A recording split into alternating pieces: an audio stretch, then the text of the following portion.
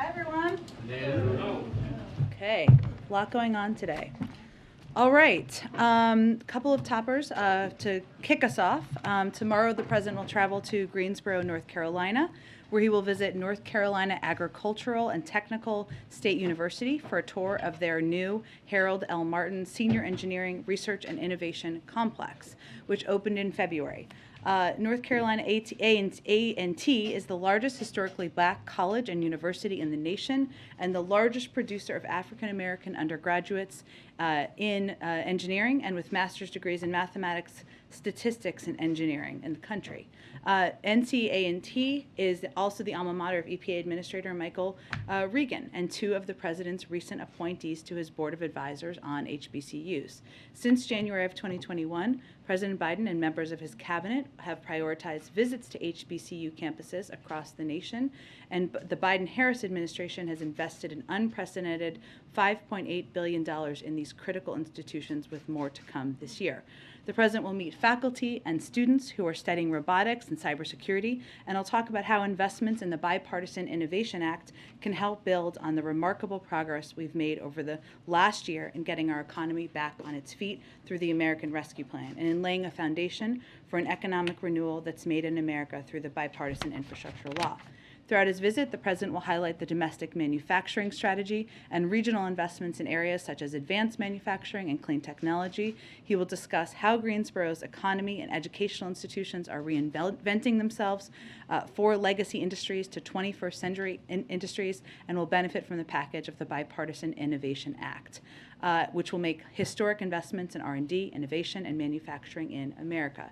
That means stronger supply chains, more manufacturing jobs, and lower prices for consumers as we break up the bottlenecks like semiconductor chips that have driven inflation over the last year.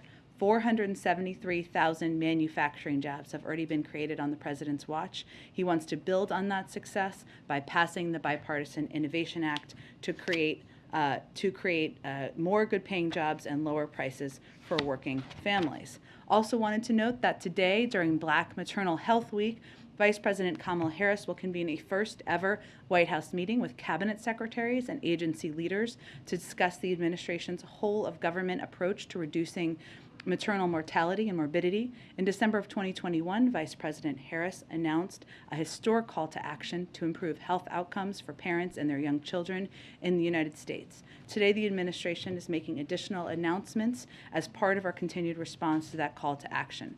The announcements include 11 states and the District of Columbia working with the Centers for Medicare and Medicaid Services to expand Medicaid coverage through the American Rescue Plan from 2 months to 12 months following a pregnancy.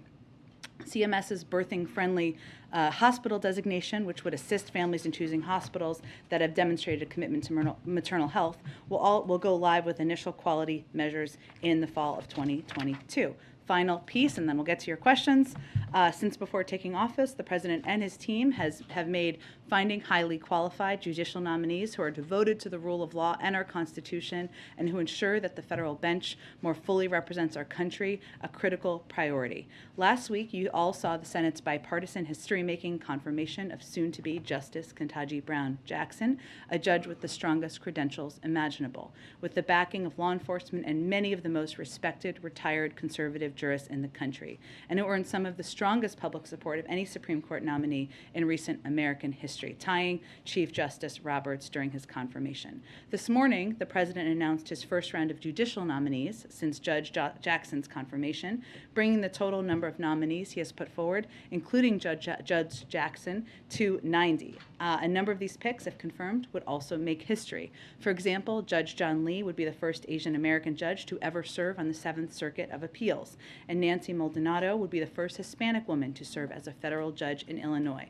The president is very proud of all of the nominees he has announced in office, 72% of whom are women, 30% of whom are black, 21% of whom are Hispanic, and 19% of whom are from the AAPI community. With that, let's get to your questions. I'll promise to reduce the toppers next time. That's my deal. Go ahead. Thanks. On the president calling what's going on in Ukraine genocide, what changed? What did the president see? What did he hear in the days between saying these were simply war crimes and this genocide? Well, he called it a genocide yesterday, not once but twice actually, because as he said yesterday, it's becoming clearer and clearer each day that it is Putin's aim to wipe out the idea of being Ukrainian, that we're seeing greater brutality increase day by day. And some of that, I will note, is because we're gaining greater access to areas. We have more intelligence on what's happening in areas. Leaders are speaking out more about it. And frankly, there's also reporting about what is happening on the ground. But to give you some specifics, I would note that, of course, what we saw in Bucha was not an anomaly as Ukrainian forces searched towns that Russian forces previously occupied as they're pulling back and moving to the east. The mayor and the city council of Mariupol are reporting high numbers of civilian casualties. The train station attack just over the weekend killed more than 50 civilians. The UN has recently recorded 4,450 civilian casualties, all just since February 24th, and the real number, we believe, is likely much higher. The OSCE's Moscow Mechanism report today found clear patterns of international humanitarian law violations by Russian forces by targeting hospitals, schools, residential buildings, and other locations where civilians are sheltering. And we've also seen, I think, from the beginning of this, Kremlin rhetoric and Russian media deny the national identity of the Ukrainian people, and the Kremlin has launched a full-scale assault on the sovereignty of the Ukrainian state and its people. So the president was speaking to what we all see, what he feels is clear as day in terms of the atrocities happening on the ground. As he also noted yesterday, of course, there will be a legal process that plays out in the courtroom, but he was speaking to what he has seen on the ground, what we've all seen in terms of the atrocities on the ground. And as a follow-up, might he call on Germany to impose a natural gas ban, given what he said? Well, we've been in ongoing discussions with our European partners, including Germany, but it is a decision they will make, and the president certainly supports their right to do exactly that. Go ahead. Thanks, Jen. A question about the president's conversation today with President Zelensky. Did they talk about the possibility of moving U.S. diplomats back into Ukraine? I don't have more details of that. I will tell you that our objective is to do exactly that. And we, of course, assess in a process that's led by the State Department, security considerations, who the right personnel to go back first would be, and that certainly is something the president would like to see, but I'm not aware of him providing an update on that today. Also, President Zelensky tweeted that he and the President Biden, agreed to, quote, enhanced sanctions. What does that mean? Additional sanctions, the consideration of additional sanctions, and that's certainly something we're continuing to consider, and the president conveyed that as well. And then back to the question about genocide. Last week, Jake Sullivan was here at this podium. He said we have not yet seen a level of systematic deprivation of life of the Ukrainian people to rise to the level of genocide. So is it now the White House position that you have actually seen a level of systematic deprivation that would qualify as genocide? Well, the president spoke to that twice yesterday, and of course he's the president, and we are here to implement his views. And then finally, has the U.S. or any non-governmental partner had any ability to assess with any greater certainty that any kind of chemical or nerve agent was actually used in Mariupol? We don't have any update on that at this point in time. Go ahead. Thank you, Jen. Following up on Nancy's question, did anyone know that the president was going to use the word genocide in his remarks? It seemed like a passing remark or a passing reference in a broader conversation about inflation. Well, he's the president of the United States and the leader of the free world, and he is allowed to make his views known at any point he would like. So it was not scripted then, it wasn't pre-planned? Again, I think we shouldn't misunderstand who he is and where he stands in the totem pole, which is at the top. Okay. And then on the call today, can you clarify one other thing? There has been some reporting that the helicopters were not going to be part of the package, and then they went back into the package. Can you clarify if the call with Zelensky was the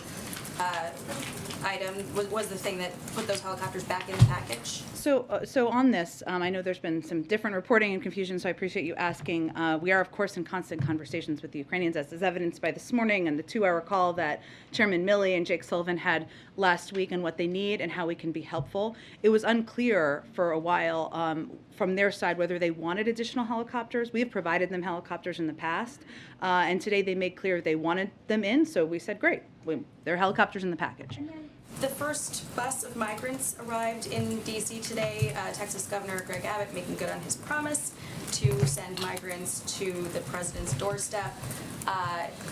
I think you previously called it a publicity stunt. Is that still the view of the White House? Can you give us any reaction to this busload of migrants arriving here in D.C.?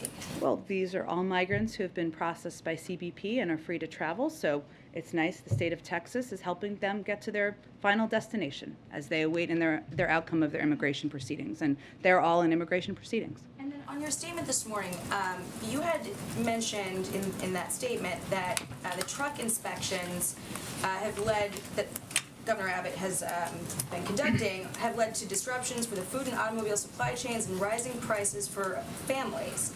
So is the White House blaming Greg Abbott for inflation? Well, I think we're trying to state the facts of what another political stunt that we're seeing happen and the impact of it. And what we're seeing is right now, factually, there's over $1 million in trade crossing over the U.S.-Mexico border every minute. These actions are impacting people's jobs and the livelihoods of hardworking families in Texas and across the country. That's not a political statement. That's a statement of fact. I'd also note that what we're seeing with these unnecessary inspections of trucks transiting ports of entry between Texas and Mexico are significant delays, which are resulting in a drop in commercial traffic of up to 60 to 70% in some ports. And that is significantly impacting the local and regional supply chains to the point that trade associations, officials, and businesses are calling for the Texas governor to reverse this self-inflicted gridlock. I'd also note that CBP officers are very good at their jobs, and Texas DPS does not need to replace CBP at the southern border. CBP has conducted a record number of drug seizures with more than 900,000 pounds of narcotics seized just in FY 2021. So the economic impact here, something that people of all political stripes are calling for a reversal of, is something that we think is significant and we felt should be shouted out. And then last one, does the White House still view inflation as transitory? That is the view of the Federal Reserve and outside economists, and they all continue to project it will come down this year. Go ahead. Yeah, Jen, just to make sure we're clear, first of all, on the question of genocide. Because I know sometimes in the past the president's expressed his own opinion about issues.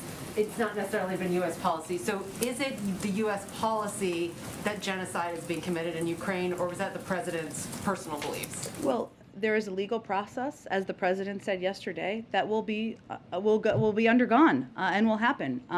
And he wasn't getting ahead of that. He was speaking to what he feels we see on the ground. But regardless of what you call it, what our objective now, as evidenced by the enormous package of military assistance we put out today, is continue to help and assist the Ukrainians in this war, and one where we see atrocities happening every single day.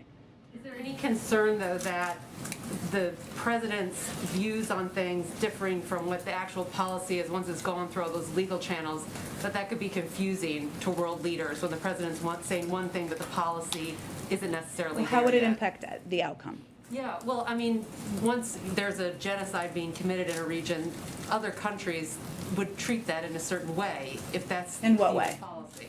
I guess as far as how the way leaders would try, decide how they're going to respond to that. So, and I don't know. Well, typically maybe a consideration of genocide takes years. I mean, look at, there are many past examples, and if you look at even Uyghurs, right, and what we've called out happening in China, that took many years to call out. That hasn't meant we've provided a range of military assistance. What we are doing now is we're trying to prop up and support Ukrainian leaders. There are other, and the military, of course, there are other leaders who have, in the world, who have said something similar to what the president has said recently, because they're also seeing the atrocities on the ground. I don't know that it's changed policy or confused anyone. I think they're speaking all from what they are seeing with their own eyes as we look at the visuals of what's happening on the ground. So you don't see concern there. And then just a quick follow-up from a topic from last week. Following the president's exposure to House Speaker Pelosi, did he ever receive any post-exposure prophylaxis like monoclonal antibodies, which are approved from the FDA in certain circumstances for people who've been exposed to If you're COVID? immunocompromised, Immunocompromised, He's people at not. high risk. Yeah. he's not immunocompromised, so no. Right. So he did not receive any treatment. He's not after the- immunocompromised. Okay. Go ahead. Thank you, Jen. Earlier today, Treasury Secretary Janet Yellen said countries that are currently sitting on the fence amid Russia's invasion of Ukraine risk facing isolation from the global economy. Were those comments aimed at any specific countries, and can you speak to whether the administration is considering secondary sanctions on countries that do not comply with the restrictions the administration has imposed on Russia thus far? Well, I think certainly we consider a range of options if countries don't abide by the sanctions we've implemented, right? And that is something we certainly will continue to watch. I don't have any projections of that, fortunately, at this point in time. I think she was speaking to what we've said from here a number of times, which is that in this moment where you have a dictator brutally invading another country, targeting civilians, you have to contemplate what side of history you want to be on. And that is true for any country around the world. And then a follow-up on COVID. Is the administration concerned that COVID data is not picking up many cases that are confirmed by home tests, especially amid this uptick caused by the BA.2 variant? And will there be a public education campaign to push people to report their positive results? Well, we do certainly encourage people in many ways to share test results and contact their doctor because they may be eligible for Paxlovid or other therapeutics if they test positive. We also know that that a number of people who test positive are at home, just recovering at home. So we're certainly encouraging people to do that. But what I would note is that what the CDC continues to track very closely are cases that are reported where they've seen severe disease, hospitalizations and deaths. And those reports are coming directly from hospitals and states. And what we're seeing from those reports are the lowest levels of hospitalization since the start of the pandemic. So we certainly encourage people to report. Anyone who lives in this area knows, or if you have apps on your phone, you often get apps about or alerts about close contacts, or if you've been near people, or calls from your county health people if there are reports in your neighborhood. We encourage people to do that, but our focus, as the CDC has conveyed over the course of the last weeks, is really on severe disease, hospitalizations and deaths, what we can do to reduce those. We're fortunately seeing lower numbers, even as we've seen an uptick in cases. Go ahead. Thanks. I spoke to former NSC Chairman Robert O'Brien on Friday. He says most Republicans and most, if not all, Democrats are on board with the current Russian sanctions. However, he had two criticisms. He said that one, planes should be provided to Ukraine, and two, that full sanctions should be implemented against Russia and Putin immediately. Your thoughts in response to that? I don't have a direct response to Robert O'Brien. What I can tell you, and I'm sure he's aware of this, or maybe not, I don't know, that we have implemented a more significant and crippling sanctions package, financial sanctions package, than has ever been done on any large economy in history. So I would certainly point to that. In terms of his view as a private citizen, I guess, at this point, on planes, we've spoken to that in the past. If other countries want to provide planes, we're not standing in the way. We've made an assessment about what the Ukrainian military needs and what they are trained on to use, and what would be effective in the transport of it. That continues to be our assessment. I noticed that the helicopters were on the table. Are U.S. warplanes provided to Ukraine, or even the mix from Warsaw, from Poland, are they off the table completely? We've never said they were off the table. What we've said is that we had concerns about the Polish proposal, about how they would be transported. And our military made an assessment about that, a risk assessment about the benefits and the risk. That assessment hasn't changed. We've provided helicopters in the past. Is there any way around that? Is there? I don't have any more updates for you. Go ahead. One more question on Ukraine. After President Biden said he does believe that Russia is committing genocide, the French president came out and said that he warned against an escalation of rhetoric. Do you have any response to Macron? I don't. On COVID and this extension, this 2-week extension of masking on public transportation, can you help us understand some of the science behind this? Why 2 weeks? Sure. What difference can be made in such a short amount of time? Sure. Well, this assessment was made. I know there was a statement that was put out by the CDC, and certainly would point you to that. But as they're continuing to monitor the spread of BA.2, the BA.2 subvariant, which now makes up more than 85% of U.S. cases, what they're looking at is that since early April, there's been increases in the 7-day moving average of the cases in the United States. So what they're trying to do is give a little bit more time to assess its potential impact, the rise of the cases have on severe disease, including hospitalizations and deaths, and the healthcare system capacity. And their assessment from a medical standpoint, a data gathering standpoint, is that 2 weeks would give them some additional time to do that. Now, at the end of that 2 weeks, they can determine what's next after that, but that is that assessment they made so that they could gather more data of the rise of the subvariant. So Should we then expect, and should the public expect sort of more of these kind of short-term extensions? It's a good question. I just don't want to make a prediction of that. I think it depends on how they evaluate and assess the data over the course of the next 2 weeks, and they're trying to provide regular, transparent updates to the public. And it does seem that the president has been tested every 2 or 3 days for the past week or so. Any update on whether he was tested today? I can check and see if there's an update and get that to all of you. He does have a regular testing cadence, of course, so that is determined by his doctor, and it's typically a couple times a week. Go ahead. Thank you. A quick follow-up on the issue of the genocide designation. I think you just said that a legal process would be undergone, but I think the State Department spokesman Ned Price just said that it was the U.S. government is contributing to the Ukrainian Prosecutor General's office's inquiry into whether Russia has committed genocide in Ukraine, but had not initiated its own. So I appreciate your opportunity to rephrase. It would require a legal process. As the president said yesterday, he's not trying to prejudge a legal process. He was speaking to the atrocities he saw on the ground. Why not? Why would the U.S. initiate its own, inquiry into that issue? It's a determination, again, made by the State Department and others who are lead these efforts, and certainly it's one we will continue to assess. And just a quick one on the issue with Greg Abbott.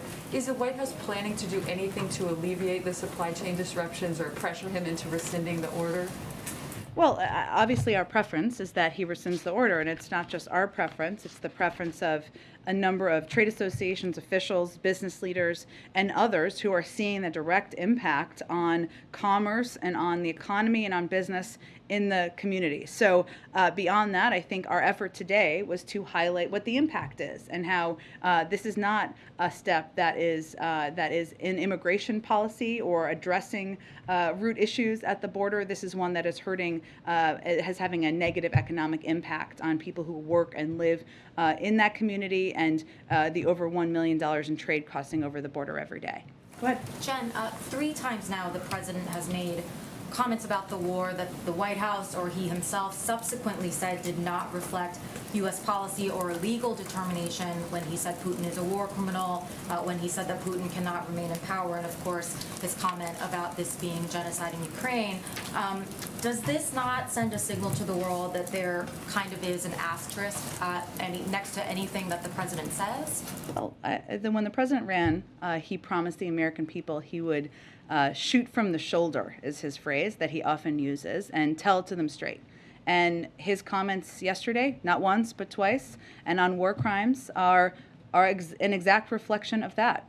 I don't think anybody is confused about the atrocities of what we're seeing on the ground, the horrors of what we're seeing in the ground, and different leaders around the world describe it in different ways. But what is unquestionable is what we're seeing is horrific: the targeting of civilians, of hospitals, of even kids, the president was calling it like he sees it, and that's what he does. If I could ask it this way, do you think that there is any danger to global leaders, including Vladimir Putin, to Olaf Scholz, if they can't be sure when they hear words coming out of the president's mouth, whether he is stating a personal opinion versus making a statement about U.S. policy? Do you have an example of somebody who's confused? A leader? Well, I think my colleague brought up Emmanuel Macron responding and saying, the use of the language genocide he sees as rhetorical escalation. President Putin is brutally targeting civilians and brutalizing a country right now. So this president, was speaking to what those atrocities are and what he is seeing on the ground. A number of other leaders have done exactly that. It does not change policy in the sense that we've seen these atrocities, unfortunately, for weeks now, and we're going to see more as Russia pulls back from parts of the country. So what our focus will continue to be, and the focus of leaders around the world, is to continue to escalate our military assistance, our security assistance, as we did today in providing a range of weapons that we have not even provided to them in the past. And that, I think, is what the Ukrainians are most focused on, and I think the global community is most focused on, how we're responding and how we're helping them. Could you explain, so if the U.S. were to legally determine that what is happening in Ukraine is genocide, what would the sort of legal obligations from the United States be at that point? It doesn't change a policy. There would be an international effort to explore that, and an investigation at an international level. Those often take many years. And nothing has changed in terms of the president not wanting to send in U.S. troops to Ukraine. Correct, nothing has changed. Go ahead. Thank you so much, Jen. Two questions. One on policing. In Grand Rapids, Michigan, police just released the tape of a individual who was shot and killed by police. I understand it happened while you're on the podium, Yeah. so you have not seen it yet. But I wanted to see if you believe the president will watch that, and the NAACP is now calling on the president to sign the policing executive order. Is there any update that you can provide about that? Well, on the last piece, the president absolutely wants to do exactly that. And it has to go through, it just takes some time to go through a process, but his intention is absolutely to sign a policing executive order into law, or not into law, but sign it with his authorities. I would note that what we have tried to do from this administration, even while there was a stall in bipartisan action in the Senate, is to take actions we can with the authorities we have, like the Department of Justice banning chokeholds, or other steps they've taken with the authority they have to address it at the federal level. I've not seen the video. Thank you for prefacing that. I've not seen it yet. I don't have a prediction of if the president will watch it. I assume it is something that will be covered on television, and I can check and see if there's an update for you. And then I just had a follow-up to MJ's question. Sure. When you're talking about the president sort of, and I should preface this by saying the world and we are all still getting to know this president. He has been around for a while, but we have not seen him in the role as president for a while. And so can you tell us when should we interpret his words as his reaction versus U.S. policy? He's the president of the United States. He speaks for the United States. There's also a legal review and process that is important to take place in the case of genocide or war crimes. So we're trying to provide as much information on that as possible. Tips that you can provide, or any sort of, any giveaways that this is the president talking about what he's seeing and his reaction as a human versus, the United States government is now going to do X, Y, and Z because I have determined. Well, I think what's important to understand is that determination, or whatever you label it, doesn't change policy. What we are doing right now in terms of the amount of security assistance we're providing, including the new package today, goes far beyond what we have done in many cases where we have called it genocide. So there is not a direct trigger in that way. And if that's helpful clarity for anybody, happy to provide it. But he is the president. He speaks for what our policy is, and I would take his words for exactly what they are. Go ahead. Today, Ukraine's President Zelensky said after the call that they agreed to, quote, enhance sanctions. That's something that did not come up thus far from you or from the president. Can you give us any guidance on what those enhanced sanctions mean? What does that mean? Sure. So someone may have asked this earlier, which is, of course, fine. What he was referring to, and the president agreed, yes, we're continuing to consider a range of sanctions, a range of ways to hold President Putin, his circle, the economy, the financial sector accountable. There will be more to come, but that was part of their discussion today. Yes. No new specific sanctions? Not today. No, they just had the discussion. There's no new announcement today. Has there been any increased conversation at all in terms of doing anything around the carve-out, specifically on sanctions on energy? I know that there have been continued carve-outs on energy. We haven't taken anything off the table, as you know, but I don't have any update on that at this point in time. Go ahead. Thanks, Jen. Just one on Texas. Right before you came out, Governor Abbott announced that they're halting some inspections on that side of the border, and instead there'll be some inspections conducted in Nuevo Laredo, the Mexican state that borders Texas. I don't know if you had seen that or want to have a chance to respond to it. Not yet, and I don't have an assessment on the impact, but I think the overarching view from not just us, but again, trade associations, officials, and businesses is that these are unnecessary inspections and that they are impacting the economy. I don't know I can't gauge from here what the economic impact will be, but I'm happy to take a look at that or have our economic team take a look at that. Sure. Go ahead, Patsy. Thank you, Jen. So I'm going to try again on the G20. President Biden has indicated that he wants Russia to not participate in the G20. We know that. We also know that he said that the forum cannot be business as usual. However, I'm hearing from G20 diplomatic sources that they feel that it's unfair to have the issue of Ukraine really overtake the forum, which has an economic mandate, and it does have economic goals, including pandemic recovery, sustainable economic development, and so on. So my question is the U.S. still willing to work with G20 partners to ensure that these goals are met and that the summit is salvaged? Well, the summit is in 7 months. Am I correct? Yes. Okay, so that's a lifetime. takes a lot of months for. That is the a host lifetime in diplomacy, though, I will say. And it is not uncommon for events that are impacting the global community, as Ukraine is, and the Russian invasion of Ukraine, to play a central role at international forum. And their economic recovery and rebuilding and reconstruction is going to be something that the global community is going to be involved in and address. But the agenda has not been set. I don't think we know at this point how dominant Ukraine will be or not be. It depends, I'm sure, on where things stand at that point in the world. Well, the agenda hasn't been set, but the presidency has already set these three main pillars, and they have nothing to do with Ukraine or Russia. So I guess what would be the administration's response to these criticisms that say disinviting Russia or including Ukraine as an observer really just disrupts the summit's agenda as well as divide or create a rift among members? I think I would say that Russia and President Putin have shown himself and themselves to be a pariah in the world, and the president's view is that he has no place at international forum. The inclusion of Ukraine does not mean it's only about the battle on the ground. We're going to need to rebuild Ukraine. Ukraine has just applied for EU membership.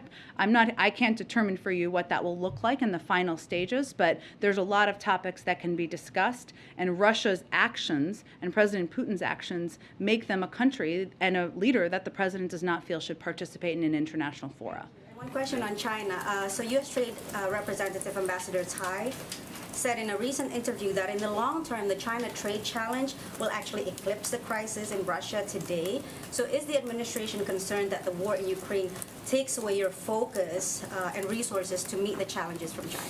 We're not. I mean, how the U.S. government is set up, as you know, is that we have experts and in every area, right, working simultaneously at the same time. Yes, the war in Ukraine is a big issue that we're very focused on. This president is very focused on. There's an entire team focused on Asia at the State Department, the Defense Department, the National Security Team every single day that is not involved in that war. So I can assure you and assure everybody that we are able to walk, chew gum, and do multiple layers of diplomacy at the same time. On the genocide. Is that a GPS direction? I appreciate it. Is it? It's okay. I need directions everywhere, so I appreciate it. Go ahead. Again, European diplomats, officials we are talking to are saying this escalation of words has an impact because it makes the prospect of future peace talks with Vladimir Putin very difficult or impossible. So is the president, by using such words, conveying the idea that there will never be any possible talks with Putin and that the only way the war can end is military capitulation? No, and I would just dispute that argument or that notion. Peace talks is something we're always going to support. The president, Secretary of State, or National Security Advisor are always going to support, and we support the Ukrainians in that effort. I think it's unlikely that that President Putin is going to decide not to participate in peace talks because of some words that came out of the mouth of the President of the United States. He's going to decide to participate in them if it's in his interests. The producer price index on inflation came out at the highest level that they've had in the history of recording these events. This is the price that companies are paying for the materials that they need to make the stuff that they sell, right?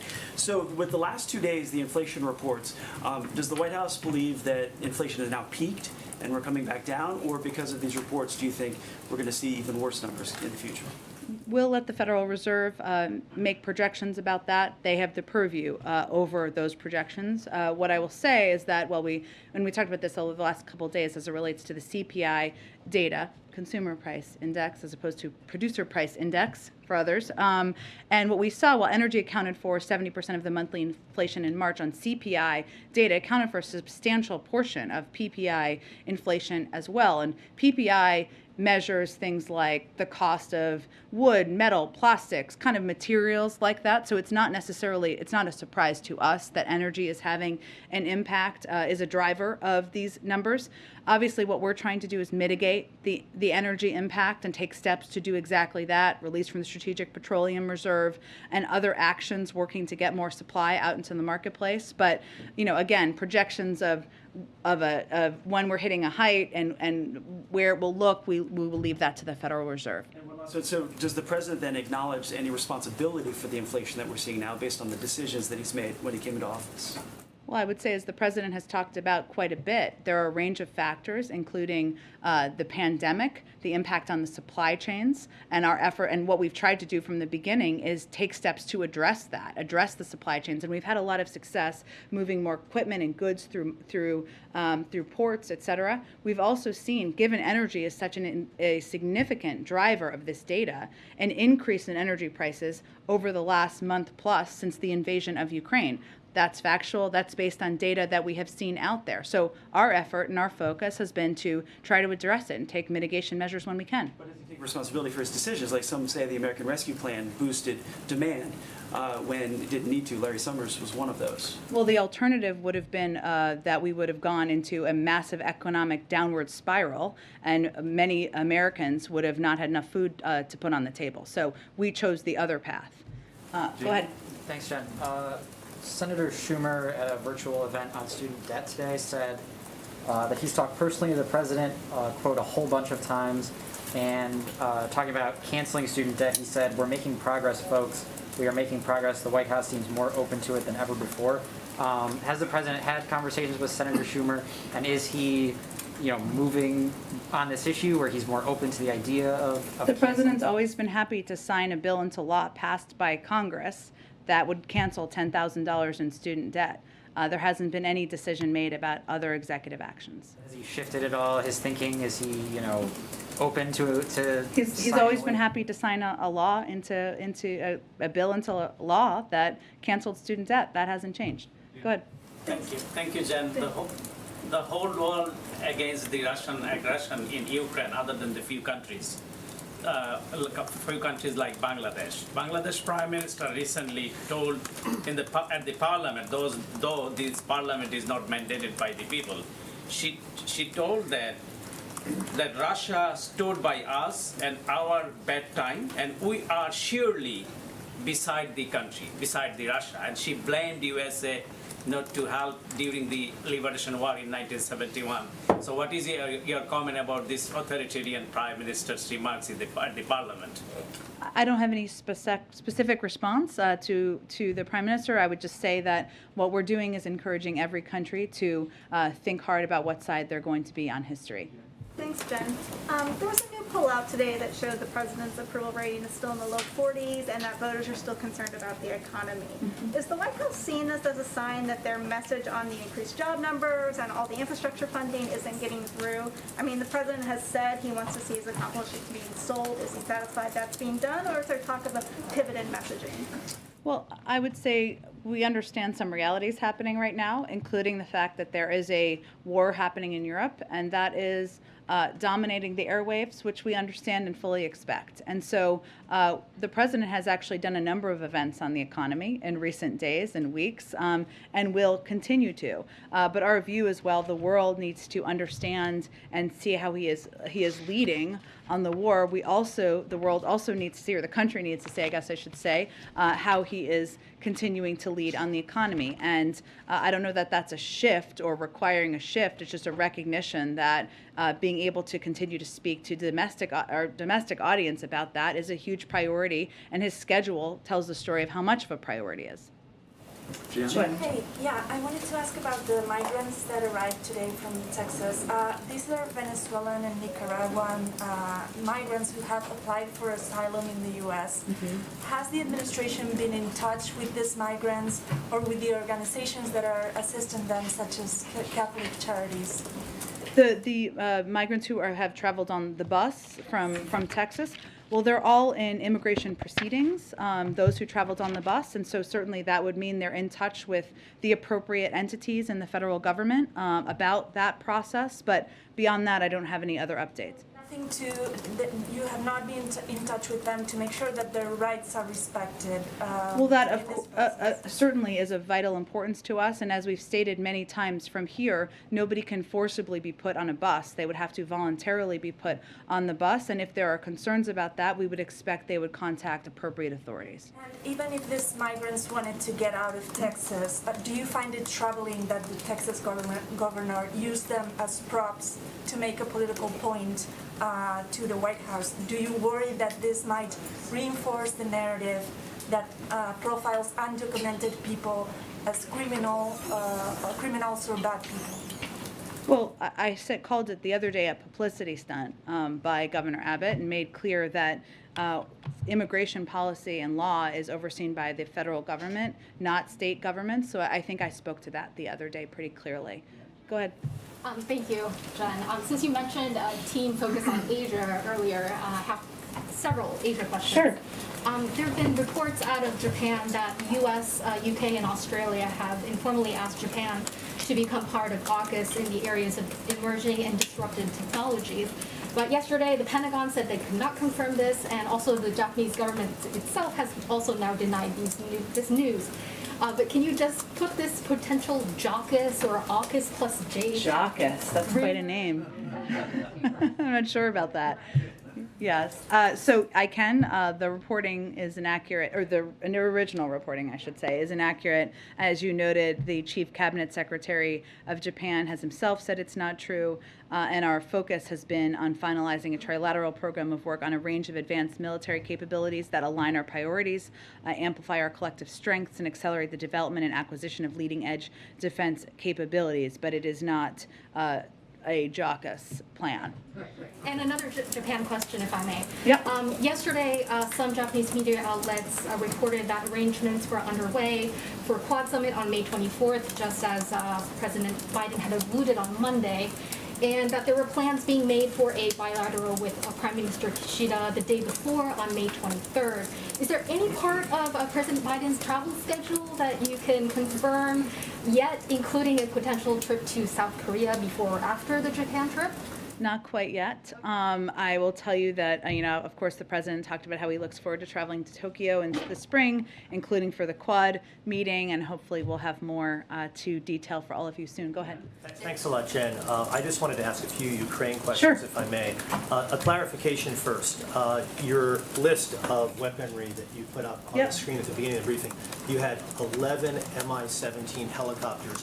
Generally, there are two versions of that helicopter. One's a transport version. The other one is an armed gunship. Which version are you supplying to? I'm happy to get greater clarity from the Department of Defense. Obviously, because of the earlier questions, you noted it was, do they want them, do they not want them? They were just added back in, so we'll see if there's more detail. Thank you. And then on sanctions, when I hear the possibility of more sanctions being brought against the Russian government, perhaps individuals in Russia, I'm just a little confused that you haven't thrown everything at Russia already. What's left, and why haven't you thrown everything at Russia already in terms of sanctions? Well, there's always more that can be done on the sanctions front. Additional financial institutions, there's always secondary sanctions. There's a range of steps that can be taken. We have already done to date, as I noted a little bit earlier, the most significant and crippling sanctions package that has ever been done to a modern, like a big economy ever in history. So there's processes that you have to go through to consider, to evaluate the impact on the global economy, on our economy, whether steps and the assessment of that, and that's ongoing for additional options. Final one, on a no-fly zone, possibility of a no-fly zone being imposed by NATO. Sometimes spokespeople like you, Jen, you say all options are on the table. Is that an option that is ever going to be on the table? We have never conveyed from our end that it should be on the table. Thank you. Jen? Go ahead. Go ahead. Thank you, Jen. I would like to ask you about but first of all, I know we've had report that you may be leaving soon. How would you like to be remembered as White House press secretary? Well, one day I will not be here, either to spend time with my kids or because the president fires me, hopefully not the latter. At that point, I'm sure I can reflect on that. The WHO DG said today at the press briefing that the way the world is treating the crisis in Ukraine and the crisis in Yemen, in Ethiopia and elsewhere seems to be different. Is he wrong? I don't know more context of... In terms of refugees, the way, like, I've asked you many times, why don't you grant TPS to refugees from... Sure. Okay, that's helpful clarity on your Ethiopia? question. That's a process that is overseen by the Department of Homeland Security, and an assessment is made through that process. So I don't have any updates for you on that. I know you keep saying that, but are you not supposed to lead the way? Like, These are people who are suffering. Ethiopia is unstable. Tens of thousands of people have been died. And we Millions of people and we have have been spoken to that a number of times from here, from the State Department, from the Defense Department. All I'm conveying to you is that there are processes that happen through the interagency, and I don't have an update on the status of TPS designation. Thanks everyone so much. All right.